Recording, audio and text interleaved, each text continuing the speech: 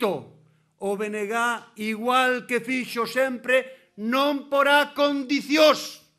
É-me igual falar de primeiro que falar de último, como queiran eles. É-me igual o tempo que me den, como queiran eles.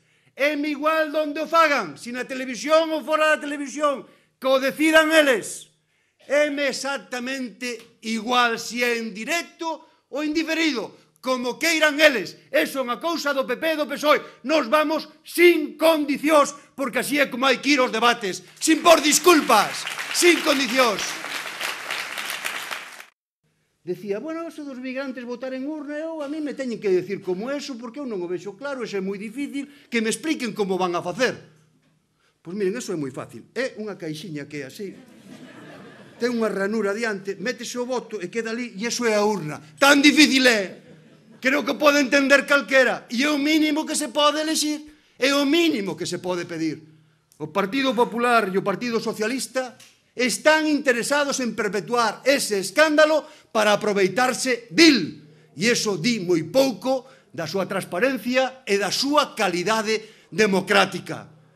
Pero podo vos decir con toda seguridade que se o Bloque Nacionalista Galego é decisivo en Madrid a partir do próximo día 9, que en goberne, unha das condicións para contar co BNG é rematar con este escándalo dunha vez por todas, porque non pode durar ningún día máis, sin ningún xénero de dúda. Para que Galiza conte no Estado, fai falta un BNG forte e decisivo en Madrid. É de xustiza que Galiza teña as competencias en salvamento marítimo para defender mellor as nosas costas.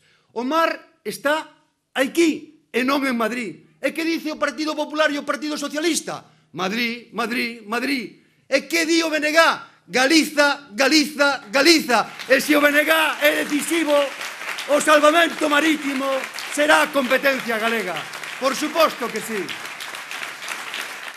Ese nacionalismo que chegou a Madrid para ser a voz de Galiza foi decisivo e determinou políticas do goberno central en beneficio de todas e todos os galegos, pois estamos nesa campaña electoral cos dous grandes partidos están pedindo voto para que os nacionalistas non condicionemos o goberno que vai haber en Madrid.